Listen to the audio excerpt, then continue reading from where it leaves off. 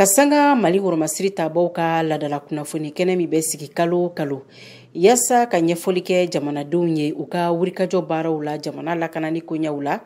kunu fɛsɛfɛsɛlikɛla mɛ kalo taw la a yirala ko atakiw kɛla banbagaciw fɛ minnu sela ka kunbɛn a waati la sɔrdasiw yɛrɛ bolo. Suleman Danbele sɔrdasiw ka kunnafoni soba ɲɛma don a bɛ walawalali kɛ an ye o koɲɛw kan. Jafara be kalo tile saba u taala dangari kɛ an ka sigida dɔ la an ka finitigilakaw ka sigida dɔ la o kɛla Jafara be donc an ka mɔgɔ 5 bɔnɛninw ni na ani ka mobili dɔw tiɲɛna mais u y'a essayer k'o ɲɔgɔn fɛnɛ de kɛ Muruja kalo tile 26 n'o dimanche jan tɛmɛnen mais u tun sigilen tɛ ni mun ye o de y'u sɔrɔ ye donc ni ye jateminɛ kɛ an ka mɔgɔw ye dangari k'u la sur place a don kelen na ani tile 2 minnu dal'o kan an ye jatigɛwale mɔgɔw u ka su 100 ɲɔgɔn de ta hali jumadon tɛmɛlen ɲɛmɔgɔ mun bɛ Kati n'o de bɛ Muruja zone Ɲara zone n'ale de b'o kunna a ye kibaruya dɔ d'an tulo kan k'hali bi Murujakaw nana su dɔw ko f'u ɲɛna Muruja kungo kɔnɔnaw na donc u tun hakili la k'u bɛna se mun sɔrɔ an kan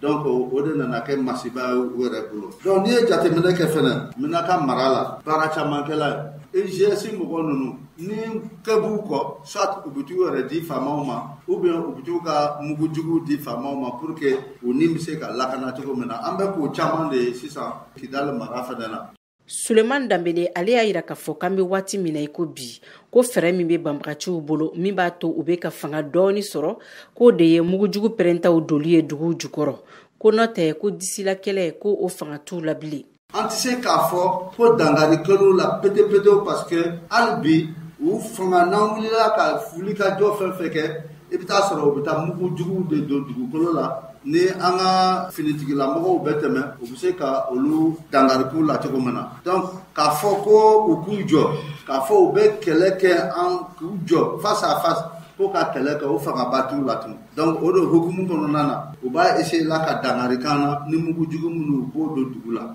mais k'a fɔ ko u bɛna ko ka na dangari kɛ faamaw la ɲɛ o faamaw dɔgɔyal'u bolo sisan mais an tɛ se k'a fɔ k'hali bi u tɛ se ka fɛn kɛ parce que an bɛ kɛlɛ mun na a bɛ fɔ a ma guerre asymétrique i t'a dɔn mun ye i yɛrɛ hakili t'a la mun b'a la i bɛ taa sɔrɔ o sen b'a la i sigilen tɛ ko mun bɛna dangari k'e la o tigilamɔgɔ de bɛna dangari k'e la. Kasanga Woromasiri tabaw ka kɛlɛkɛminɛ n'u ka cɛsiri ni timinandiyaw ma faamaw ka kunnafoni di soba ɲɛma ale y'a yira k'a fɔ ko fosi tɛna sɔrdasiw ɲɛkɔrɔma tigɛ u ka lakana baaraw la yasa ka jamana kumabɔ o hukumu kɔnɔ u k'u bɛ hakilisigi ni muɲu ɲini lakana ma sabati kosɛbɛ maa minnu ka marabolo kɔnɔnaw la ka d'a kan ko baaraw bɛ ka kɛ ni fɛɛrɛw ye. Mariam Kuyati ka laselikan don ka bɔ Bamako VOA Bambara tɔgɔ la.